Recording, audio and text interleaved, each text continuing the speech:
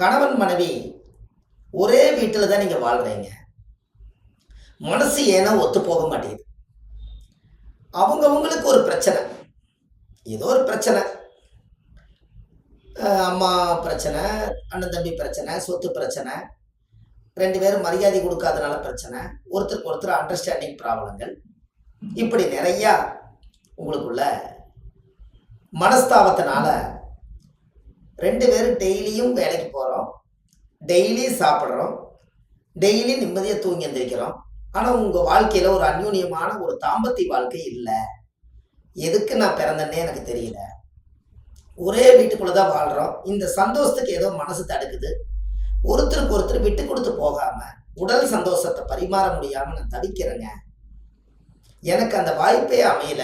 ஒரு வீட்டுக்குள்ளே தான் இருக்கிறோம், கணவன் மனைவி தானே, நம்ம வாழ்ந்த சந்தோஷத்துக்காகத்தானே கல்யாணமே பண்ணிக்கிட்டோம்.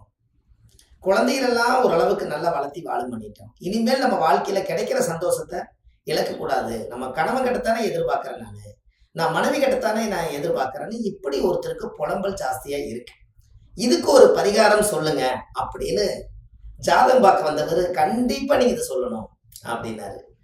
கண்டிப்பாக சொல்கிறேங்க ஐயா, நீங்கள் அந்த பதிவு நான் போடுறேன், நீங்கள் பாருங்க அப்படின்னு. அப்போ இதுக்கு ஒரு பரிகாரம் உங்களுக்கு தேவைதானே. அதாவது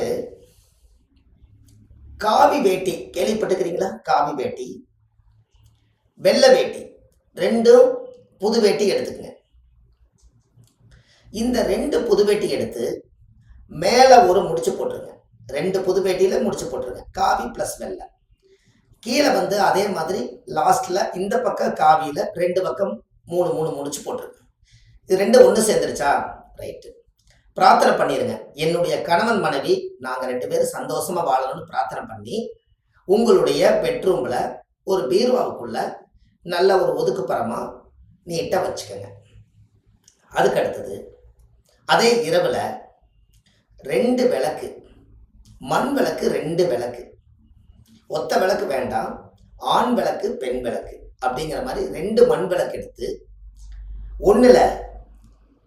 ஒன்றில் மொச்சப்பயிறு, ஒன்றில் துவரம் பருப்பு விளக்கில் போட்டு நல்லெண்ணெயை ஊற்றி, சரியா, நல்லெண்ணெயை ஊற்றி திரிய போட்டு பெட்ரூமில் எலக்ட்ரிக்கல் லைட்டை பூரா ஆஃப் பண்ணி இந்த ரெண்டு தெய்வத்தை மட்டும் மெல்லமாக எரிய வச்சு ரெண்டு பெட்ரூமில் வச்சுருங்க.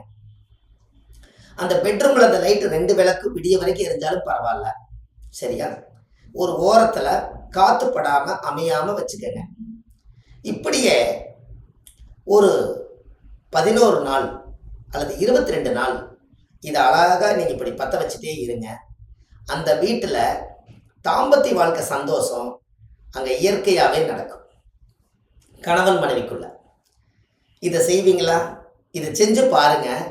எப்படியெல்லாம் நீங்கள் வாழ்ந்தீங்கிற சந்தோஷத்தை எனக்கு சொல்லுங்க.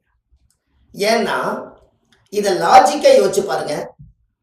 மேசம் ஆணுடைய வீடு, ரிஷபம் பெண்ணுடைய வீடு, அதே துலாம் பெண்ணுடைய வீடு தான். அதே 8ஆம் இட மாங்கல்யம் விருச்சிகம் ஆணுடைய வீடு. அப்போ மேசம் காலச்சக்கரத்துக்கு மேசம் செவ்வாயோட வீடு. செவ்வாய் ஆறு முருகன். முருகனுடைய என்ன உடை கட்டிக்கிறாரு? காவி உடை கட்டிக்கிறார். அப்போ மேசம் ஆண், ரிஷபம் பெண். அப்போ ரிஷபம் யாரோட வீடு? சுக்கிரனோட வீடு. சுக்கிரன் என்பது யாரு? வெள்ளை நிறம். அப்போ காவி வேட்டியும் இங்க செவ்வாயும் இங்க சுக்கிரனையும் நீங்க சேர்த்து வச்சு முடிச்சிட்டீங்களா? அதே மாதிரி இங்கேயும் செவ்வாயும் சுக்கிரனையும் முடிச்சிட்டீங்களா? தலையும் வாழும் முடிச்சாச்சு. இது உங்க மனசுல நீங்க பிரார்த்தனை பண்ணி உங்க பீர்வாவில் வச்சாச்சு. இதுக்கப்புறம் ஆண் விளக்கும் ரெண்டு விளக்கலையும் கொண்டு போய் அதே மேசம் செவ்வாய்க்கு துவரம் பருப்பும் தானியமும், அதே சுக்கிரனுக்கு வெள்ளை மொச்ச பயிர் தானியத்திலையும் விளக்கு எரியுது. இங்கேயும் சுக்கிரன் செவ்வாய் சேர்ந்துருச்சு. நீங்க சேர வேண்டிய இடமும் பெட்ரூம் தான். இது பெட்ரூம்ல கொண்டு போய் வச்சுட்டீங்கன்னா 22 நாள் தொடர்ந்து விளக்கேற்றுங்க. இது வரைக்கும் நீங்க பெட்ரூம்ல விளக்கேற்றிருக்க மாட்டீங்க. அந்த காலத்துல பாருங்க, முன்னோர்கள் எலக்ட்ரிக்கல் லைட்டே இல்லாத காலத்துல ஒரு சிமிலி விளக்குல தான் அவங்க வாழ்ந்திருக்காங்க. முகம் அவ்வளவுதான் தெரியும். கரு அறை எப்படி இருட்டோ அது போல கருவறையை தொடணும்னா அங்கேயும் இருட்டு இருக்கணுமா? எப்படி ஒரு பரிகாரம் பார்த்தீங்களா? சாமியோட கோவில்ல கருவறை பார்த்தீங்கன்னா அகல் விளக்குல தான் சாமி தெரியும். அதே மாதிரி பெண் என்பது ஒரு கருவறையை சுமக்கக்கூடிய பெண்ணுக்கும் ஒரு அகல் விளக்கு, நீங்க 2 விளக்கு நீங்க ஏத்துறதா, அதுல முகங்களும் அவங்களுடைய அங்கங்களும் தெரியறது தன்னுடைய கணவருக்கு மட்டும்தான். அந்த விளக்குல கிடைக்கிற ஒரு சந்தோஷம் எலக்ட்ரிக்கல் லைட்ல உங்களுக்கு கிடைக்காது. அப்ப நீங்க கண்டிப்பா இப்படி ஒரு அற்புதமான ஒரு பரிகாரத்தை தவறாவே நினைக்காம, கூச்சப்படாம, வெட்கப்படாம, அச்சப்படாம இந்த விளக்கை நீங்க பெட்ரூம்ல ஒரு இடத்துல ஒரு ஒரு இடத்துல நீங்க ஏத்துங்க. இந்த திசை நோக்கி எல்லாம் ஏத்தாதீங்க. உங்களுக்கு எந்த இடத்துல திருப்திப்படுதோ அந்த இடத்துல ஏத்துங்க. ஆக மொத்தம் பெட்ரூம்ல 2 விளக்கு, மண் விளக்கு தெய்வம் எரியணும். அந்த காலத்துல பார்த்திருக்கீங்களா? சாந்தி முகூர்த்தம் நடக்கும்போது அவங்க நல்லா வாழ்ந்து பொழைச்சவங்க கணவன் மனைவி கொண்டு போய் அவங்க படுக்கை அறையில கொண்டு போய் பூ அலங்காரம் எல்லாம் பண்ணிட்டு அவங்கள 2 பேர்த்தையும் சேர்றதுக்காக உள்ள விட்டு ஒரே ஒரு குத்து விளக்கு, 2 விளக்கு குத்து விளக்கு எரியும். அது பித்தாளைகள் வந்த காலத்துல, பித்தாள பொருள் வந்த காலத்துல குத்து விளக்கு எரிஞ்சுது. அந்த பித்தாளையே இல்லாத காலத்துல என்ன எரிஞ்சுது? உலோகம், மண் விளக்கு தான் எரிஞ்சுது. இந்த மண் விளக்கை நீங்க கொண்டு போய் சாமி கோயில்ல வைக்கிறீங்க, உங்க பூஜை ரூம்ல வைக்கிறீங்க, உங்க வீட்டு வாசல்ல வைக்கிறீங்க. நீங்க வாழ்றதுக்கு உங்களுடைய வாழ்க்கைக்கு ஒரு வெளிச்சமாகும், உங்க அந்தரங்களுக்கு ஒரு சக்தியாகும், உங்க பெட்ரூமுக்கு ஒரு வெளிச்சம் ஏத்தாதனால உங்க வாழ்க்கையே இருட்டா இருக்குது அல்லவா? அதை நம்ம தெரிஞ்சு இனிமேலாவது எலக்ட்ரிக்கல் லைட்டுக்கு அப்பாற்பட்டு நீங்க ஒரு மண் விளக்கு ஏத்துங்களேன். இதுல ஒரு கேள்வி வேற வரும். மண் விளக்கு ஏத்துனா ஃபேன் அமைஞ்சு போயிருங்க, ஏசி போட்டிருக்கேன் அது அமைஞ்சு போயிடும், இப்படியெல்லாம் சொல்லி போன் பண்ணி இதுக்கெல்லாம் கேட்பாங்க. அதுக்கு என்ன பண்ணணும்? ஒரு கூண்டார விளக்கு ஒன்று வாங்கி 2 விளக்க உள்ள வச்சு ஃபேன் காத்து படாம, ஏசி படாம நீங்க சேஃப்டியா வச்சு அமையாம பார்த்துக்குங்க. அவ்வளவுதான். எத்தனையோ வேலைகளுக்காக ரிஸ்க் எடுக்கிறீங்க. அந்த விளக்கு அமையாம இருக்கிற பாதுகாப்பை நீங்களே பண்ணிருங்க.